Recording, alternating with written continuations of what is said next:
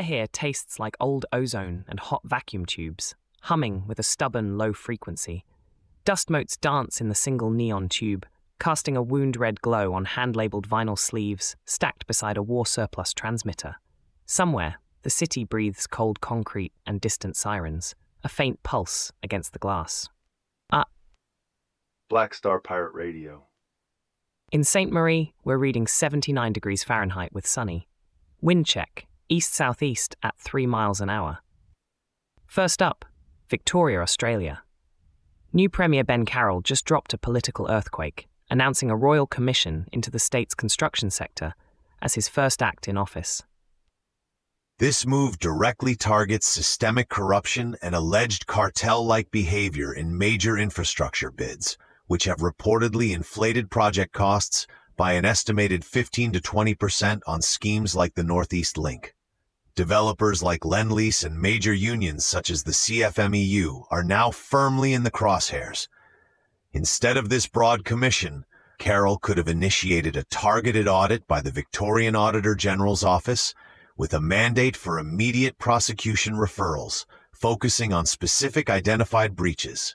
His chosen path, the Royal Commission, signals a broad public reckoning aimed at restoring civic trust. It's like tearing down the city's facade to inspect the very foundations. The question isn't just about crooked beams in a single skyscraper, but the rot in the very mortar of public contracts. This echoes ancient Roman scandals, where public works were often a source of private wealth through dubious patronage, creating a lineage of compromised civic architecture.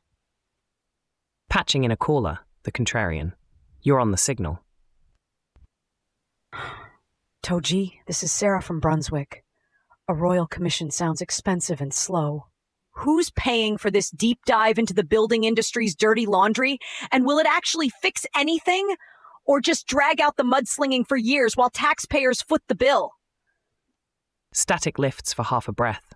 The vinyl crackles under the needle. The line is live. Sarah, that's a sharp, necessary question about the long game of accountability. This scrutiny isn't confined to Australia.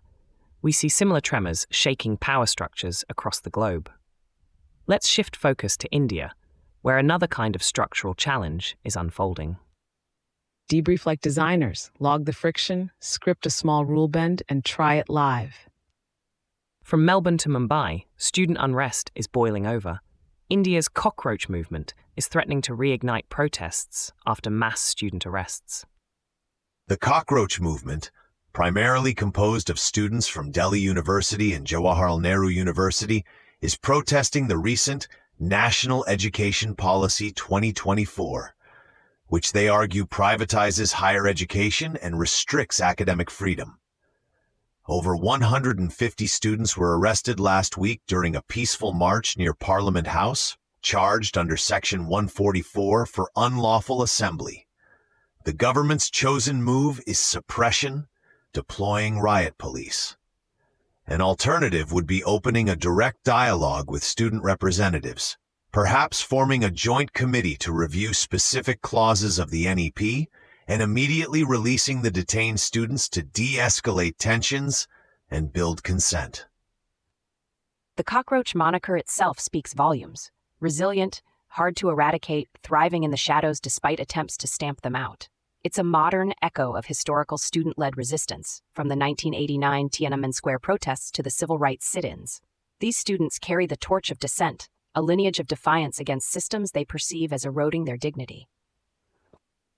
There's a caller on the line. This is Rohan from Kolkata. Arresting students seems like a quick way to shut things down. But what's the actual cost? Doesn't this just radicalize more young people and damage India's international standing as a democratic nation in the long run? Rohan, the long-term impact on a nation's youth and its global reputation is a profound consideration for any government. Now, back to Victoria, where Premier Carroll is facing a different kind of pressure, one that required a rapid recalibration of his own compass. Back in Victoria, Premier Ben Carroll has executed a political U-turn so dramatic, it's already being called a turn for the ages, coming after just 48 hours of acrimony. Black Star Pirate Radio. Continue the signal at TogeeVision.com. Tune in, Sparks and Stories, Gig Passport.